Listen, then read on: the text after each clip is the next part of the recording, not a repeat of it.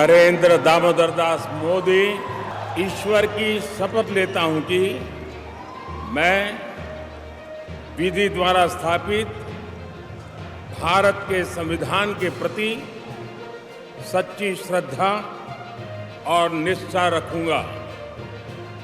मैं भारत की प्रभुता और अखंडता अक्षुण्ण रखूंगा। मैं संघ के प्रधानमंत्री के रूप में नरेंद्र मोदी का शपथ ग्रहण समारोह हमेशा से ही भारतीय राजनीति में एक महत्वपूर्ण घटना के रूप में देखा जाता है।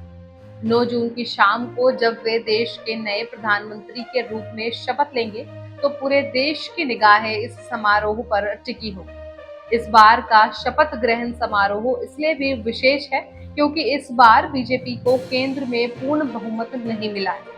ऐसे में गठबंधन की राजनीति के तहत नई कैबिनेट में कई नए चेहरे को मौका मिलने की संभावना है। यहाँ सवाल उठता है कि कौन कौन से नए चेहरे मोदी की कैबिनेट में शामिल होंगे। क्या पुराने नेताओं को फिर से मौका मिलेगा या फिर नई पीढ़ी के नेताओं को प्राथमिकता दी जाएगी?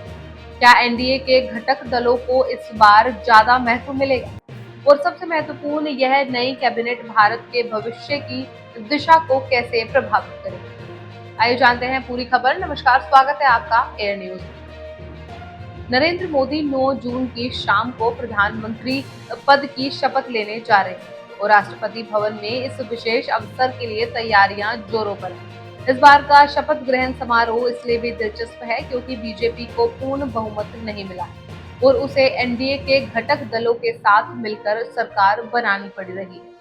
इस स्थिति में यह देखना महत्वपूर्ण होगा कि मोदी कैबिनेट में कौन कौन से नए चेहरे शामिल हों। बिहार और झारखंड से कई सांसदों को मंत्री बनाए जाने की संभावना है। जनता दल यूनाइटेड से ललन सिंह, संजय झा, सुनील कुमार और रामनाथ ठाकुर के नाम सबसे आगे चल रहे हैं।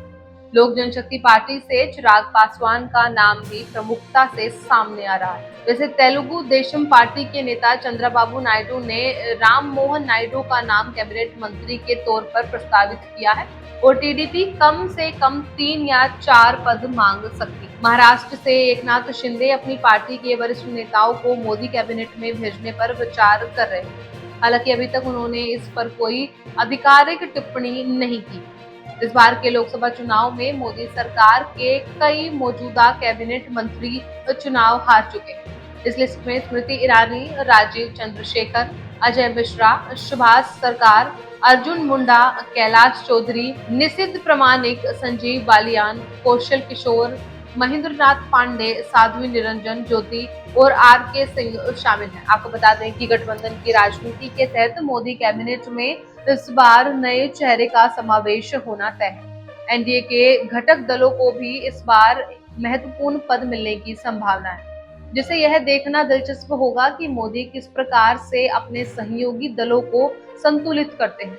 वैसे मोदी कैबिनेट में पुराने और नए नेताओं का संतुलन बनाना एक चुनौतीपूर्ण कार्य होगा। चुनाव हारने वाले मंत्रियों की जगह नए चेहरों को मौका देना होगा, जिसे यह देखना महत्वपूर्ण होगा कि कौन कौन से नए चेहरे इस बार मंत्री बनते हैं। बाकी बिहार, झारखंड, महाराष्ट्र और अन्य राज्यों में नए मंत्रियों का समावेश क्षेत्रीय संतुलन बनाने में मदद करेगा।